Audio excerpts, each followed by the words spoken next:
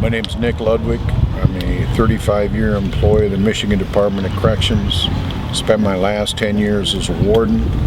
I hired in 1975, and I did not spend the entire 35-year career as a warden. I spent my last 10 years as a warden of 4 different facilities.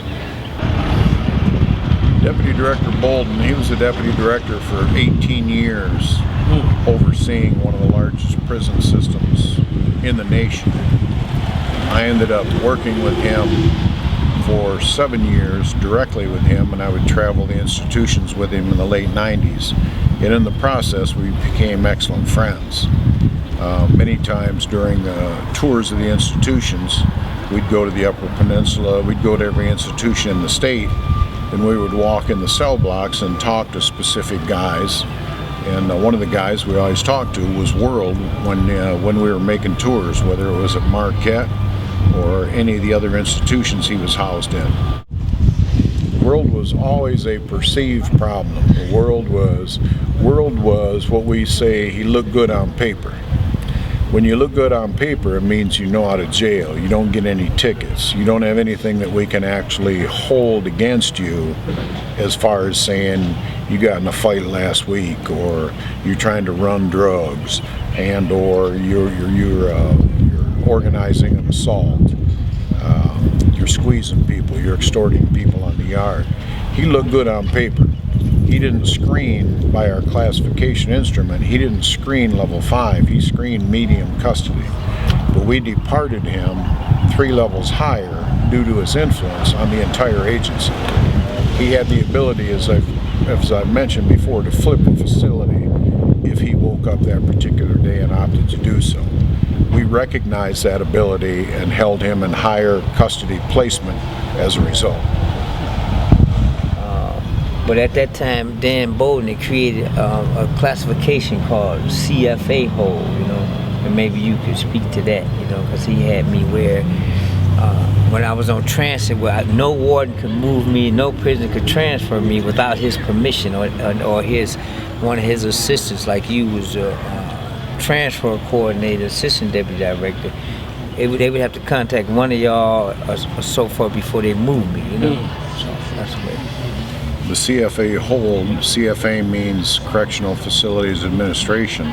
That hold was designed to manage the agency's most influential individuals.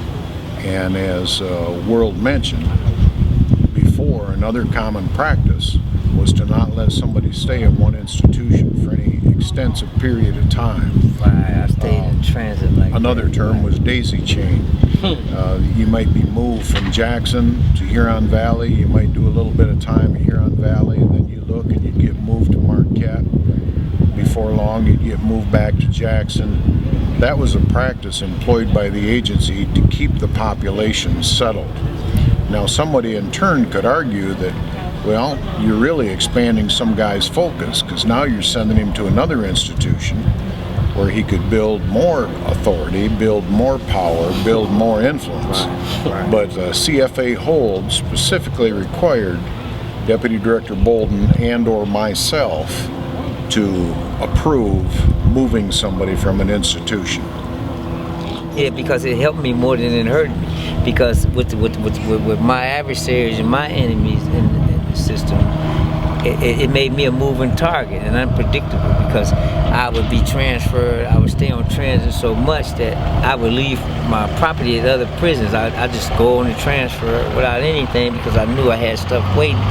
And I got to the point at different facilities, when I go right in and go to work, do what I had to do, because I knew I didn't have that much time, that I was going to be moved shortly. Next thing you know, the next couple of weeks, month or so, bam, they calling me again to move.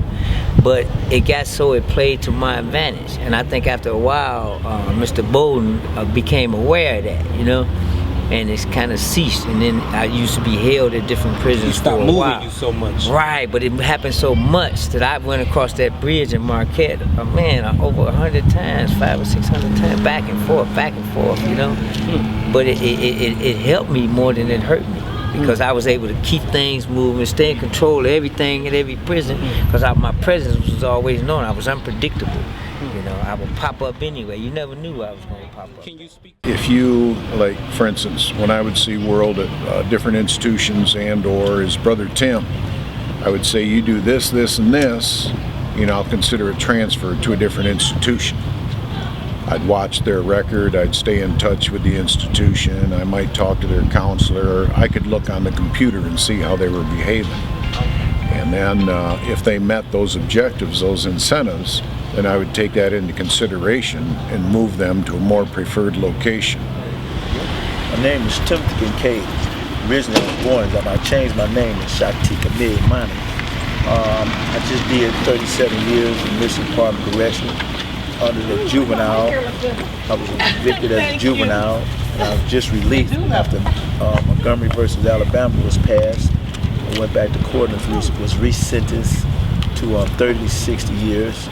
I've been out now almost a week and a half. I was arrested in 1978 on the case. I was placed in the youth home. I absconded out of the youth home. I was on the run for 3 years. And when I made it to California. What was the youth home? Youth home was what was that, on Forest?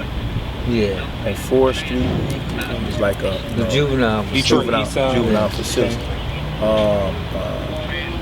I was on the run, went to California, and a co-defendant of mine sent the FBI to my house, and I was rearrested in 1981, extradited back to Detroit, and being convicted in 1982. My name's Nick Ludwig. I'm a 35-year employee of the Michigan Department of Corrections. Spent my last 10 years as a warden. I also worked an additional 7 years with the Iowa Department of Corrections, spending the last 7 years there as warden of the Iowa State Penitentiary, a maximum security institution.